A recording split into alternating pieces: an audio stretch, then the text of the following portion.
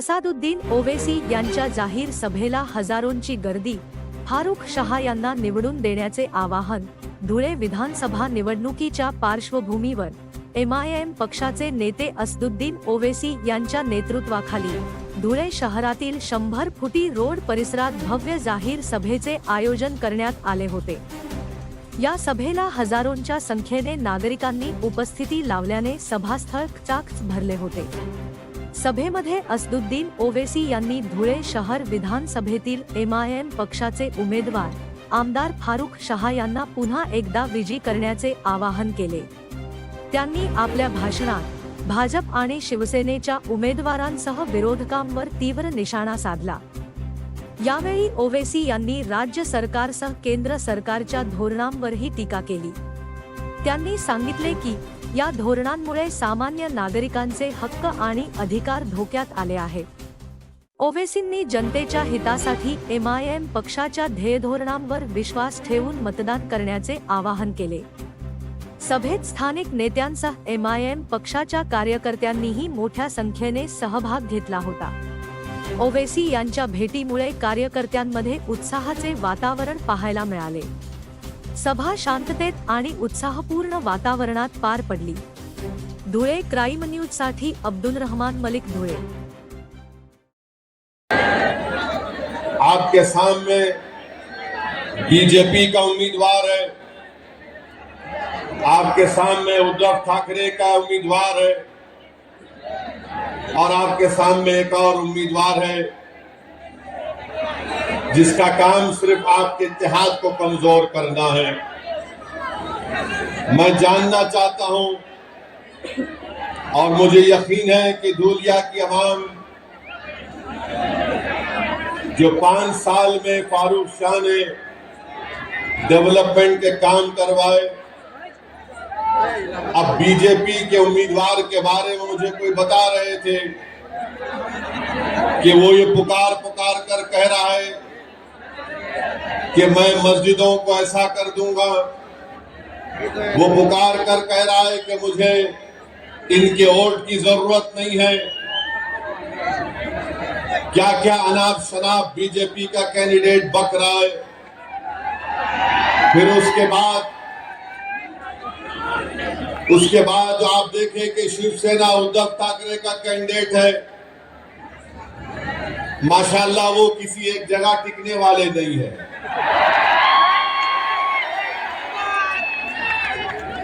कभी कांग्रेस में भी थे वो, राष्ट्रवादी कांग्रेस में भी थे, फिर बीजेपी में भी गए। अब उनको नजर आया कि उद्धव ठाकरे को पकड़ लूंगा, वहां पकड़ लिए। ये पहले भी 3 मर्तबा 2 मर्तबा के एमएलए थे। मैं बीजेपी और उद्धव ठाकरे की पार्टी के कैंडिडेट से हम जानना चाहते हैं कि तुम सिर्फ मुसलमानों से, सेकुलरिज्म से नफरत करते हो। बताओ धूलिया के लिए तुम्हारा क्या प्रोग्राम है? तुम धूलिया में क्या करना चाहते हो? तो दोनों के पास कोई प्रोग्राम नहीं है।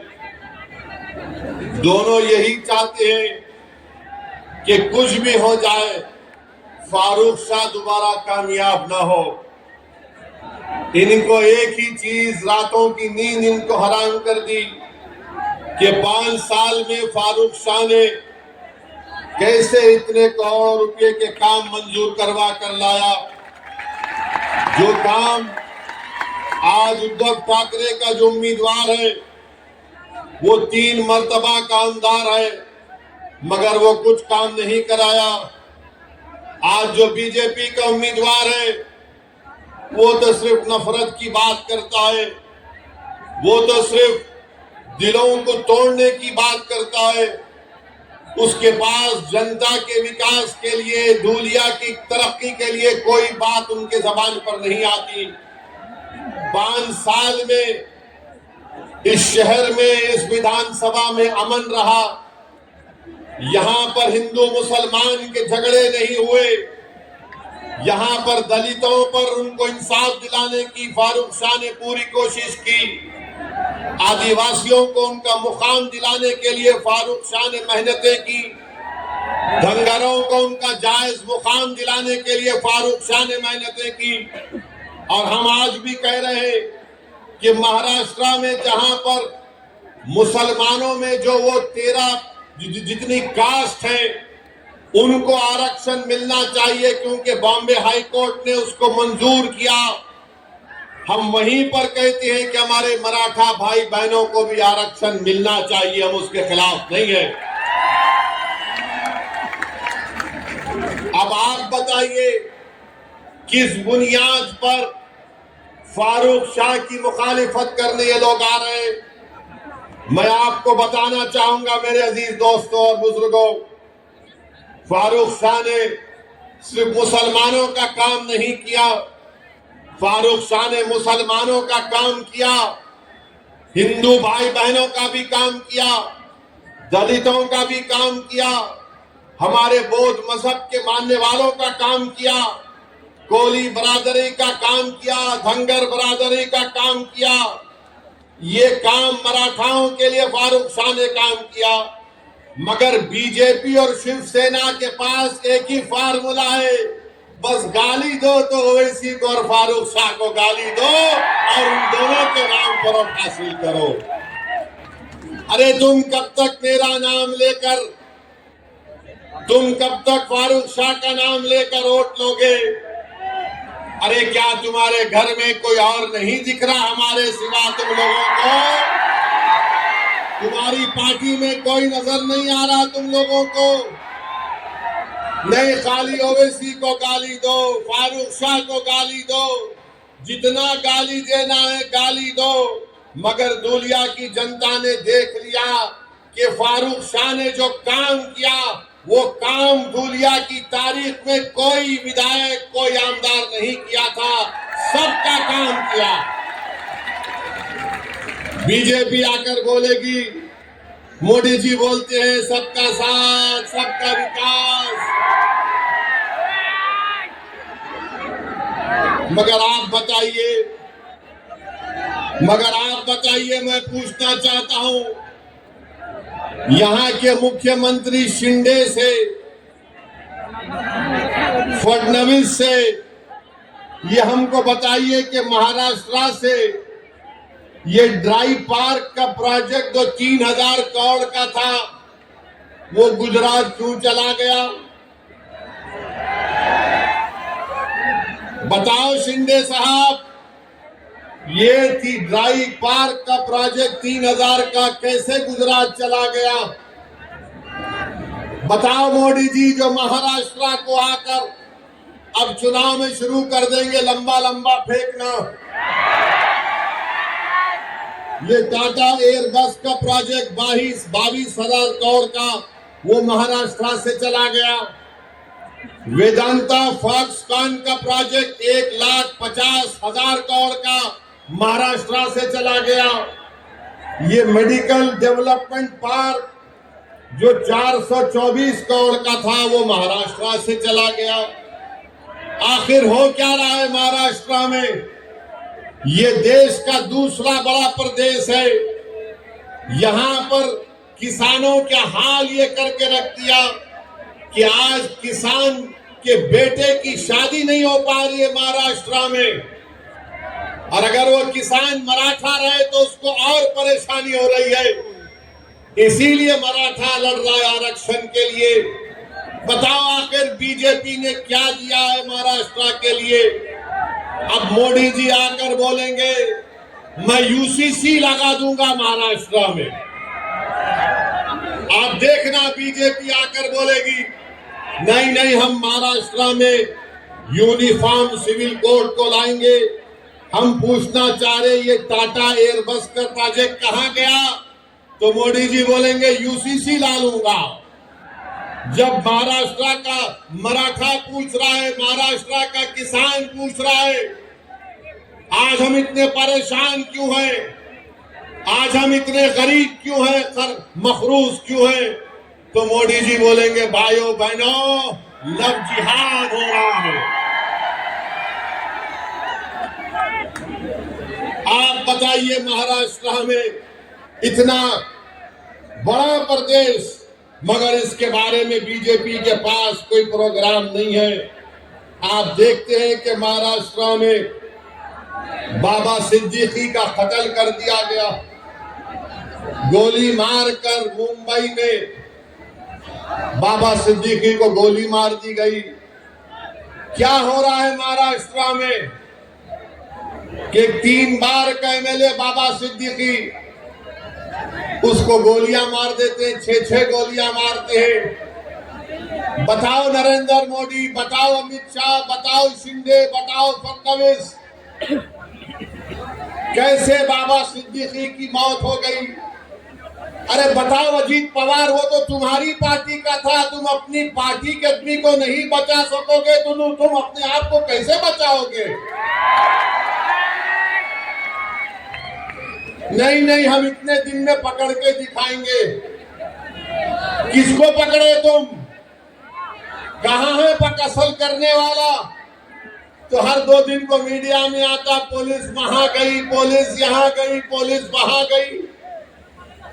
अरे क्या महाराष्ट्र की पुलिस बड़ी काबिल पुलिस है? महाराष्ट्र के पुलिस का इंटेलिजेंस नेटवर्क बहुत स्ट्रांग है, मगर क्योंकि मोदी का राज है इसलिए महाराष्ट्र की पुलिस को कमजोर करके रख दिया गया। और इसी कमजोरी की वजह से आज आप देखते हैं कि जुल्म पे जुल्म हो रहा है, जुल्म पे जुल्म हो रहा है। बाबा सिद्दीकी को क्यों मारा गया? किसी के पास जवाब नहीं है। कोई बोलता है कोई जेल में बैठा है उसने मार दिया, कोई बोलता है नहीं वो फुला झगड़ा था उसने मार दिया। अरे सवाल ये पैदा होता है कि मारने वाले के पीछे दिमाग किसका है? वो दिमाग कौन है? तो बोलेंगे नहीं हम देख रहे हैं, कोशिश कर रहे हैं। मेरे अजीज दोस्तों और बुजुर्गों, महाराष्ट्र में कोई एक उठ के बोलता है, बीजेपी का नेता, मैं मस्जिद में घुस के मारूंगा। अब आप बताइए, उस पे केस तो बुक हो गया, मगर बोल रहा है मस्जिद में घुस के मारूंगा। आखिर महाराष्ट्र में इतनी छूट कैसे मिल गई इन लोगों को कि कोई एक समुदाय के मजहबी जगह के बारे में कहता है कि मैं मस्जिद में घुस के मारूंगा? आखिर क्या करना चाहते हैं महाराष्ट्र को ये लोग? क्या यहां पर आप दंगे कराना चाहते हैं मोदी जी? क्या करना चाहते हैं महाराष्ट्र में आप? फिर कोल्हापुर की मस्जिद की बेहरमती कर दी गई। आखिर क्या हुआ वहां पर? कौन है उसके पीछे? फिर आप ये भी देखते हैं कि कोई एक फुला शख्स है, उन्होंने रसूलुल्लाह सल्लल्लाहु अलैहि वसल्लम की शान में गुस्ताखी करने की कोशिश की। उनके बाजू खड़े हो जाते हैं शिंदे और बोलते मैं इनके साथ हूं।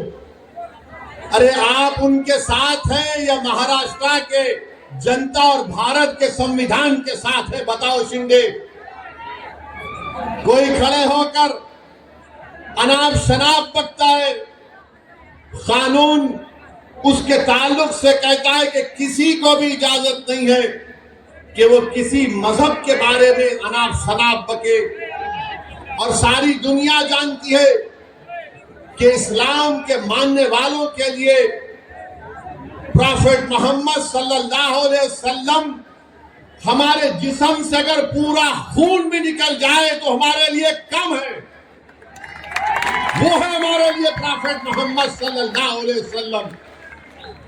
मगर कोई एक्शन नहीं लिए, खाली एक रस्मी केस बुक कर दिए और बोले नहीं केस बुक हो गया। जो मजलिस को बी टीम बोलते, कोल्हापुर का एमपी उनकी बहू ने विड्रॉ कर लिया, शिंदे को नमस्ते कर लिया। अब बी टीम कौन हुए बताओ? अब बी टीम कौन हुए बताओ आप? जिस शख्स ने रसूलुल्लाह सल्लल्लाहु अलैहि वसल्लम के खिलाफ अनाप शनाप बका, पूरे महाराष्ट्र में पूरे बड़े बड़े लोग थे ना, जो अपने आप को सेक्युलर बोलते हैं, जो अपने आप को मसीहा मानते हैं, जो कहते हैं कि हम है ना तुम्हारे लिए, तुम क्यों डर रहे। मगर किसने एहतजाज बुलंद किया? कोई पार्टी आगे नहीं आई। अगर कोई आगे आया तो इम्तियाज जलील आगे आया। इम्तियाज जलील ने कहा कि हम जुलूस निकालेंगे, हम औरंगाबाद से बंबई जाएंगे। तो ये जो हमारे वोटों को तोड़ने वाले लोग हैं, जो पीछे से भी वार नहीं करते, जो सिर्फ साजिश करते हैं, वो बोले नहीं नहीं कुछ नहीं होगा, ये ऐसा ही बयान दे दिया, कुछ नहीं होगा, कोई नहीं आएगा, कहां से कोई गाड़ी लाकर आएगा, अरे ये तो मजलिस ने एक शोशा छोड़ दिया, कुछ नहीं होगा। लोग हमको भी फोन करके बोलते थे। मैंने उन नौजवानों से कहा कि जब तारीख का ऐलान हो चुका है, अब हम वापस नहीं जाने वाले हैं। बात शुरू हो गए, नहीं नहीं मजलिस दंगा कराना चाहती है, मजलिस दंगा कराएगी। हमने कहा दंगा कराने के लिए हमने कॉल नहीं किया। रसूलुल्लाह सल्लल्लाहु अलैहि वसल्लम रहमतुल लिल आलमीन है, वो रहमतुल मुस्लिमीन नहीं, वो तमाम आलम के लिए रहमत है। He is the profit of Mankind, वो रहमतुल आलमीन है। और हम रहमतुल आलमीन के नाम पर दंगा नहीं कराते, ना कभी कराए ना कभी होने देंगे इंशाअल्लाह ताला। मगर जब इम्तियाज जलील पीछे नहीं हटा, मजलिस पीछे नहीं हटी, और जब औरंगाबाद से काफिला गाड़ियों का निकला, तो औरंगाबाद के पुलिस, बड़े बड़े महाराष्ट्र के पुलिस वालों ने इम्तियाज जलील को बोला कि सर क्या करना चाहते हैं आप। तो इम्तियाज जलील ने कहा कि देखो, मैं बंबई जाकर महाराष्ट्र के होम मिनिस्टर को एक मेमोरेंडम देना चाहता हूं कि जिसने ये अनाप शनाप बका उसके खिलाफ कार्रवाई हो। अगर आप मुझे औरंगाबाद में रोक देते तो अमित शाह औरंगाबाद में, मैं उनसे जाके मिलूंगा। तो पुलिस वाले बोले नहीं नहीं आप बंबई चले जाओ,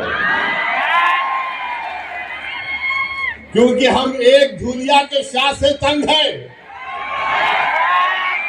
अगर आप भारत के होम मिनिस्टर शाह को तंग करेंगे तो हमको तंग कर देगा वो। तो हमने कहा कि दुनिया का शाह है और शाह रहेगा इंशाअल्लाह ताला।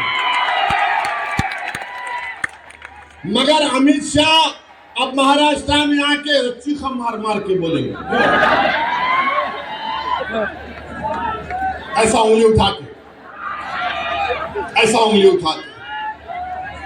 मगर जुलूस गया। मैं सलाम करता हूं आप तमाम को कि 15,000 से ज्यादा गाड़ियां थी, हम तमाम निकले और महाराष्ट्र की तारीख में आपने एक नई तारीख रकम करवाई।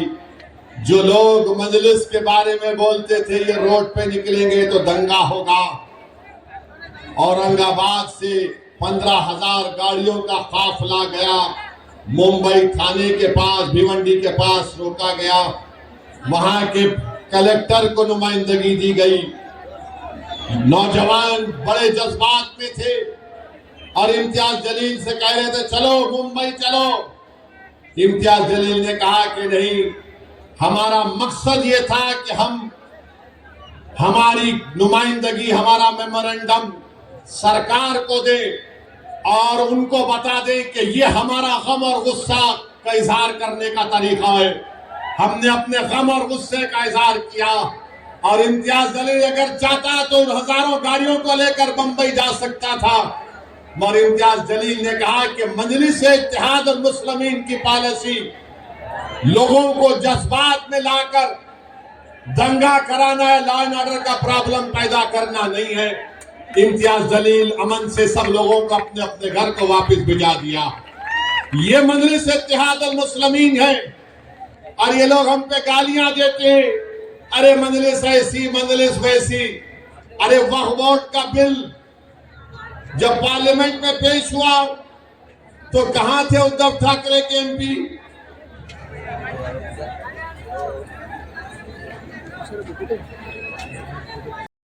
शहीद होकर मुत्तफिक होकर मेरे लिए दुआएं की थी, मेरे लिए मेहनतें की थी, मुझे अपने कीमती औक़ों से नवाजा था और अल्हम्दुलिल्लाह उसी की निस्बत पर इस शहर अजीज से पहली मर्तबा एक अक़लियती समाज का आमदार चुनकर आया। साथ जिस वक्त मैं चुनकर आया तो जब हमारी चुनावी रैली चल रही थी, मैं इतराफ का जायजा ले रहा था, मैंने देखा कि हमारे नौजवान में बहुत जोश भरा हुआ था। उसके साथ साथ जो हमारे बुजुर्ग थे वो भी बहुत खुश नजर आ रहे थे। उसके बाद जो हमारी ख्वातीन का ये माहौल था कि उनकी खुशी का यह ठिकाना कि वो अपने हाथों में बेलन और थालियां लेकर जश्न मना रही थी। आप यकीन मानिए कि उस रात में सो नहीं पाया। मैंने अल्लाह रब्बुल इज्जत से इल्तिजा की, ये दुआएं की कि अल्लाह पाक ये जो लोग जिन्होंने मेरे लिए मेहनतें की, मेरे लिए दुआएं की, मुझे अपने कीमती वोट दिए, तो अल्लाह पाक इन तमाम लोगों ने मुझसे जितनी उम्मीदें लगाई है उन तमाम लोगों की तमाम उम्मीदों को मैं पूरा कर सकूं, ऐसी कुव्वत और ऐसी सलाहियत अता फरमाए। अल्लाह का लाख लाख शुक्र एहसान है, अल्लाह पाक ने मेरी दुआओं को सुना और मैंने अपना काम शुरू किया। आप लोगों ने देखा कि इससे पहले हमारे लोगों को सिर्फ इस्तेमाल किया जाता था। अक़लियती इलाकों में किसी ने भी कभी ध्यान नहीं दिया। सिर्फ 5 साल में एक मर्तबा वोट मांगने के लिए आया करते थे, उसके बाद 5 साल तक आप लोगों को मुंह भी नहीं दिखाते थे। लेकिन आपके हमदार ने पूरी मेहनत और पूरी ईमानदारी के साथ आप लोगों के काम किए, आप लोगों के तमाम मसाइल को हल किए और आज उसी निस्बत पर आप लोगों के सामने अपना मेहनताना मांगने के लिए आए साथी। आप लोगों से सवाल पूछना चाहूंगा, इसके पहले भी आप लोगों ने कई खासदार चुनकर दिए, कई आमदार चुनकर दिए, लेकिन 2019 में जिस वक्त आप लोगों ने मुझे वोट दिए, आप लोगों से पूछना चाहूंगा कि आप हक़्क़ुल ईमान बताइए कि आपके एक एक वोट का पूरी ईमानदारी के साथ मैंने हक अदा किया या नहीं। साथियों, शहादत की उंगली उठाकर बताइएगा। अल्लाह रब्बुल इज्जत का लाख लाख एहसान है। साथियों, क्या समझता हूँ मैं कि मेरी तमाम मेहनतों को अल्लाह पाक ने कबूल किया। आप देख रहे हैं साथियों कि आज इलेक्शन का माहौल है। इलेक्शन की वजह से मैं आप लोगों के सामने अपनी उजरत, अपना मेहनताना मांगने के लिए आया हूँ, लेकिन इसके बाद आप लोगों के सामने बहुत सारे कलंदर आएंगे, बहुत सारे सिकंदर आएंगे और उसके साथ 2 काले मुंह के बंदर भी आएंगे। आप लोग अच्छी तरह से जानते हैं कि हमारा मुकाबला किसी समाजवादी के हौले बावले से नहीं, हमारा मुकाबला ये जो आरएसएस के जो दोनों काले बंदर है इनके साथ हमारा मुकाबला है। आप लोगों ने देखा कि जो एक डामर चोर किस तरह से शहर का माहौल खराब करने की कोशिश कर रहा है, लेकिन आप लोग बेफिक्र रहिए, पिछले 5 सालों से उसकी ये नापाक कोशिशें अल्हम्दुलिल्लाह आप लोगों के साथ से, आप लोगों की मदद से हमने हर जगह उसको नाकाम किया और आगे भी इंशाअल्लाह नाकाम करते रहेंगे। उसके बाद जो दूसरा उम्मीदवार है अनिल गोटे, अभी उसके कुछ दलाल आ रहे हैं और आप लोगों को बोलते हैं कि बोले वो बोचरा, बोले वो सेकुलर है, बोले वो अनिल गोटे बोले सेकुलर है। आप लोगों से पूछना चाहूंगा साथियों कि ये जो अनिल गोटे इसमें मशाल लेकर आया, उद्धव ठाकरे की मशाल, वो उद्धव ठाकरे जो ऐलानिया ये बोलता है, जो फकरिया ये बोलता है कि बाबरी मस्जिद को हमने शहीद किया, आप लोगों का जमीर गवारा करेगा कि आप उसको उम्मीदवार को वोट दे।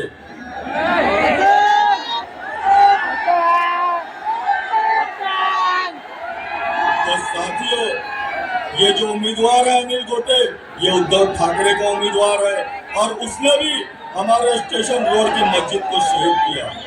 आप लोगों को पता है, जिस वक्त स्टेशन रोड की मस्जिद को शहीद किया जा रहा था, हमारे कुछ मुस्लिम लीडरान गए उसके पास और उसको कहा कि अन्ना तुम आमदार हो, हमारी मस्जिद को तोड़ने से रोको।